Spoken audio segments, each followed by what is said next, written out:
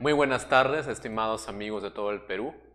Iniciamos esta transmisión del SUTEP La Libertad, vinculada a el curso virtual que vamos a seguir con respecto al nombramiento docente 2019. A este curso virtual o a esta serie de transmisiones en vivo que seguiremos, la hemos denominado Temas Selectos de Educación Matemática, porque la filosofía de esas transmisiones no es solamente prepararles a ustedes con miras a un concurso de nombramiento, sino también queremos darles aquellos fundamentos teóricos y prácticos que les permitan mejorar su actividad en el aula. Queremos explicar aproximadamente de qué se trata esto. Vamos a presentar algunas preguntas de exámenes anteriores. Vamos a explicar cómo desde el fundamento de la educación matemática se puede llegar a esas soluciones y vamos a mostrar otros elementos relacionados a dichas preguntas. O sea, queremos hacer un trabajo que relacione aquello que ustedes necesitan aprender con miras a su examen con aquello que también necesitan para mejorar su actividad cotidiana en el aula con los niños y adolescentes del país. En este caso, el primer tema que vamos a abordar en esta serie lleva por título Interpretación de gráficos estadísticos. Este tema, hasta donde he podido revisar este año en el temario, es un tema transversal que aparece dentro de la educación básica regular y también dentro de la educación básica alternativa desde los niveles más iniciales, más básicos. Es por eso que hemos decidido empezar por él, toda vez que es un tema vinculado a sí mismo con elementos de educación ciudadana. Bien, vamos a empezar colocando en primer lugar la pregunta del examen de nombramiento, que fue tomada el año pasado para el nivel primaria. Como ustedes podrán ver en pantalla, tienen ahí la pregunta, la voy a leer. Dice, el grupo de estudiantes logró elaborar el gráfico de barras para presentar la información que había recogido y el gráfico es el siguiente. Se trata de un gráfico de barras, como ustedes verán, asociado a la cantidad de animales que los chicos prefieren como, bueno, a la preferencia que hay por determinada mascota. Ustedes tienen ahí el gráfico, bueno, está en el ítem. Y la pregunta que plantea este ítem es la siguiente. Dice, la docente planteará preguntas para que los estudiantes analicen la información del gráfico. ¿Cuál de los siguientes grupos de preguntas es de mayor demanda cognitiva? ¿No? Y nos plantea el examen del 2018 para el nivel primaria, 3 alternativas, ¿no? Hay una serie de preguntas y se quiere saber cuál de ese grupo es aquel que que plantea mayor demanda cognitiva a los niños. ¿Cuál es el animal que duerme 4 horas al día? En fin, la alternativa A, la alternativa B y la alternativa C nos presentan diferentes aspectos relacionados a la pregunta que no los voy a leer, ustedes los tienen ahí, los pueden apreciar, ¿no? Se nota algunas diferencias, ¿no? Por ejemplo, en la A, ¿cuál es el animal que duerme 4 horas al día? En la B, ¿cuántas horas más que la ardilla duerme el murciélago? En la C, ¿qué número observas en el eje vertical? Bueno, son preguntas que vamos a ir desmenuzando en el transcurso de la presentación. Entonces, lo usual en muchos de estos casos es guiarse por el sentido común. Sin embargo, es necesario indicar que el sentido común, que es muy útil, debe ir guiado, debe ir orientado por elementos teóricos provenientes en este caso de la educación matemática. Más aún, hay que hacer algunos comentarios previos acerca del ítem. La mayor demanda cognitiva a la que parece aludir este ítem parece referirse a los trabajos de Smith y Stein, que habitualmente en las UGELs o el Ministerio de Educación nos dicen, ¿no?, acerca de la mayor o más alta demanda cognitiva con respecto a tareas matemáticas. Sin embargo, hay un elemento importante y es que el tópico del ítem aborda aspectos vinculados a la interpretación de gráficos estadísticos. Es decir, que esto indica la pertenencia de esta cuestión, de este ítem, a los temas de gestión de datos e incertidumbre para los niveles de primaria y secundaria. Tengo entendido que en el temario para el nombramiento docente hay un apartado acerca de gestión de datos e incertidumbre. Entonces, este ítem, en base a las características presentadas de gráfico estadístico, se encuentra insertado dentro de este campo. Gestión de datos e incertidumbre. Esto de la gestión de datos e incertidumbre nos lleva asimismo a situarnos dentro de una perspectiva teórico-práctica que es conocida internacionalmente como educación estadística. Lo que ocurre es que, aunque no nos demos cuenta, el mundo que nos rodea es un mundo incierto. La incertidumbre es aquello que aparece con más cercanía a nosotros. Por ejemplo, en este instante me encuentro desarrollando esta charla con ustedes. Pero la incertidumbre puede provocarla, por ejemplo, la posible ocurrencia de un temblor o la posible interrupción de la transmisión. Por más que hayamos planificado ciertas cosas, la incertidumbre nos envuelve como seres humanos.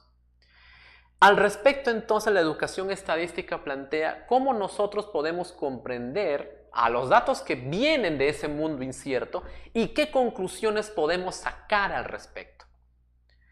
El estudio de la estadística y la probabilidad desde la escuela justamente comprende la problemática que estamos diciendo. Si ustedes revisan los programas curriculares de los últimos 10 años, si no me equivoco, se ha introducido estadística y probabilidad justamente con esa intención de enfrentar al mundo incierto que nos rodea, de preparar a los estudiantes a darles armas teóricas para que puedan enfrentarse a ese mundo. Algo que a lo mejor muchos de nosotros cuando estudiamos en el colegio no teníamos. Sin embargo, y aquí viene el pero, sin embargo, trabajar estadística y probabilidad desde la escuela exige especial atención, porque aunque estos conceptos emplean procedimientos que provienen de la matemática, ¿no? Emplean cálculos, emplean divisiones, emplean decimales, el campo de acción de la estadística y la probabilidad es diferente, no es el mismo. Si revisamos las publicaciones acerca de estadística, de educación estadística y educación matemática, vamos a ver que los autores de uno y otro campo hacen o realizan una gran diferenciación entre ellos. Dentro de la educación estadística, entonces, hay estudios específicamente dedicados a determinar cómo se leen e interpretan gráficos. De acuerdo a ellos, existen varias formas de organización de los niveles de dificultad en los gráficos. Vamos a utilizar dentro de todos esos estudios, vamos a emplear un estudio presentado por Friel, Kurzweil y Bright en el 2001 y que es planteado en el libro de Batanero y Borovnik, ¿no? Carmen Batanero es una autora muy destacada en el campo de la educación estadística. Ella trabaja en la Universidad de Granada, muchas investigaciones al respecto. Destacamos asimismo esta parte teórica porque justamente el contenido del ítem que estamos estudiando, acerca de las preferencias por determinada mascota de los niños de primaria, el ítem planteado en el examen de nombramiento, tiene, creo yo, muchísima relación con lo que vamos a ver ahora. ¿Cuáles son los niveles de clasificación de la dificultad que existe en la lectura de gráficos? Son 4 niveles de acuerdo a esta perspectiva teórica. El primer nivel corresponde a la llamada lectura entre los datos. Consiste en una lectura literal del gráfico sin interpretar la información. Tal cual. ¿Cuántos niños prefirieron, por ejemplo, al perro como mascota? ¿Cuántos al gato? En fin. El segundo nivel es un poquito más elevado. Leer dentro de los datos. Significa interpretar los datos mediante la comparación de datos aislados con otros o con el gráfico entero. Aquí, por ejemplo, al trabajar la lectura dentro de los datos, cae muy a pelo el establecimiento de las medidas estadísticas, en especial de la moda, por ejemplo. El tercer nivel comprende la lectura más allá de los datos. Para la lectura más allá de los datos, se realizan predicciones e inferencias a partir de la información que no está directamente escrita en el gráfico. Como verán, estamos avanzando de un nivel de dificultad muy básico a uno cada vez más fuerte. Ahora nos hablan de elementos, de datos, que no están directamente reflejados, pero que podemos obtenerlos a partir de él. Y finalmente, el nivel más elevado, La lectura detrás de los datos consiste en juzgar el mismo método que se ha empleado para recoger los datos, la validez y la confiabilidad de ellos. Aquí hay algunos ejemplos, ¿no? Del primer nivel, lectura entre los datos. Por ejemplo, si nos dicen, lea la frecuencia de un dato específico en un gráfico de barras, ¿no? ¿Cuántos niños prefieren tener al perro como mascota? 8. ¿Cuántos niños prefieren tener al gato como mascota? 1. Eso es solamente leer entre los datos, nada más. Estamos leyendo frecuencias. Leer dentro de los datos, por ejemplo, determinar la moda, como les explicaba antes, en una distribución. Estamos comparando. No olvidemos que la moda nos permite determinar cuál es aquel dato que se repite más veces, ¿no? Eso es comparación a final de cuentas. Y eso se encuentra dentro del segundo nivel. El tercer nivel, leer más allá de los datos, consiste en, por ejemplo, juzgar las diferencias entre modas y rangos de dos distribuciones presentadas en un gráfico de barras, ¿no? Por ejemplo, ¿cuál es el rango de dentro de un mismo gráfico de barras, cuál es el rango de una muestra y cuál es el rango de otra, ¿no? Y comparar. Eso es leer más allá de los datos. Y leer detrás de los datos consiste, por ejemplo, en discutir sobre aquellos factores que dificultan los hallazgos, los mismos que no han sido controlados durante la recolección de datos, que es un nivel mucho más exigente. Nuestro Currículo Nacional de Educación Básica está considerando, no con esa terminología, pero está considerando esos 4 niveles de dificultad en la lectura de gráficos. Así que es importante que nosotros los consideremos, que los leamos y los estudiemos. ¿Cuál es la actualidad? Ustedes habrán notado que la bibliografía de esta clasificación proviene del año 2001.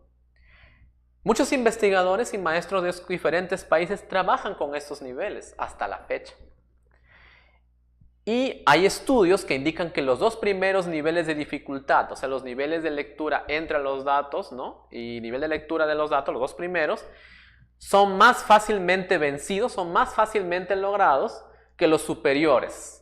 Los 2 últimos niveles superiores, los 2 últimos niveles, el 3 y el 4, son los más complicados, son los más difíciles de batir. Hay mucha literatura al respecto sobre esta clasificación. Vamos al ítem otra vez y analicemos las alternativas de solución. Tenemos ahí el ítem. Dice, cantidad de horas que duermen diariamente algunos animales, ¿no? Y ahí tenemos los animales. Ahora vamos a leerlo bien. ¿Cuál es la cantidad de horas que estos animalitos están durmiendo? Por ejemplo, la vaca, ¿no? La vaca tenemos ahí 4 horas, según este gráfico, la foca 6, el perro 10 horas, el gato 12, la ardilla 15 horas y el murciélago 20 horas. Esa es la cantidad de horas que duerme cada animal según este gráfico. Ahora vamos a las alternativas. Vamos a darle respuesta a esas alternativas. Nos preguntan, ¿cuál de los siguientes grupos de preguntas es de mayor demanda cognitiva? Habíamos dicho que ese término, demanda cognitiva, nos remite a los trabajos de ciertos autores, pero que en este caso los íbamos a adaptar justamente a la educación estadística, o mejor dicho, están mucho mayormente relacionados con la educación estadística. La alternativa A. Veamos las preguntas que plantea la alternativa A. ¿Cuál es el animal que duerme 4 horas al día? ¿Cuál es el animal que duerme 6 horas al día? ¿Cuál es el que duerme 10 horas al día? ¿Cuál es el que duerme 12 horas al día? ¿El que duerme 15? ¿El que duerme 20 horas? Claramente la alternativa A corresponde al nivel de lectura entre los datos, porque solamente estamos viendo la frecuencia nada más. B. ¿Cuántas horas más que la ardilla duerme el murciélago en un día? ¿Cuáles son los animales que duermen a lo más 8 horas en un día? ¿Cuáles son los animales que duermen por lo menos 10 horas en un día? Claramente esta alternativa nos pide comparar entre frecuencias relacionadas a ciertos datos. Esa alternativa B corresponde al nivel de lectura dentro de los datos y es un poquito más elevada que lo planteado en la alternativa A. C, finalmente, ¿qué números observas en el eje vertical? ¿De cuánto en cuánto se han ordenado los números en el eje vertical? ¿De qué animales se ha recogido información? ¿Cuál es el título del gráfico? Esta alternativa C nos plantea enfocarnos en determinados aspectos del gráfico estadístico que también son estudiados por estas clasificaciones que han hecho los investigadores, pero que no se encontrarían necesariamente vinculadas a la interpretación del gráfico. O sea, son elementos extra, como por ejemplo el color, la escala, la presentación del gráfico. Son elementos extra que son importantes, nadie lo niega, pero que no están directamente vinculados a la interpretación del gráfico en sí, al manejo de los datos. Es por eso que la alternativa C nos quedaría fuera y solamente tendríamos que escoger entre la A y la B. Como habíamos manifestado que la A correspondía al nivel de lectura entre los datos y la alternativa B al nivel de lectura dentro de los datos, que es mayor al primero, claramente la respuesta es la alternativa B. Dijimos por qué, ¿no? La A corresponde al primer nivel de lectura de datos, la B al segundo y la C corresponde a elementos extra que no necesariamente están vinculados a la interpretación de los datos. Entonces, estimados colegas, con este trabajo que hemos mostrado el día de hoy, hemos querido indicar, ¿no? Hemos querido indicar, y aquí planteamos la bibliografía del caso, hemos querido indicar que para responder la pregunta del examen de nombramiento y algo mucho más trascendente que es su trabajo en aula, necesitamos conocer elementos teóricos importantes. Nosotros estamos trabajando, hemos visto que la alternativa justamente que plantea el Ministerio de Educación en su solucionario es la alternativa B.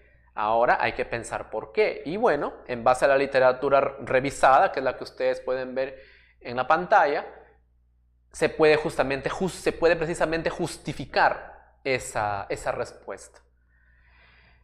Entonces, colegas, desde nuestro punto de vista, desde nuestro enfoque, hemos venido trabajando esto y queremos en todo caso motivarles a seguir leyendo, a seguir trabajando y también esperamos sus preguntas si fuese ese el caso. De lo contrario, estamos muy agradecidos y muy pronto tendrán un segundo video sobre esta temática de educación matemática. Muchas gracias.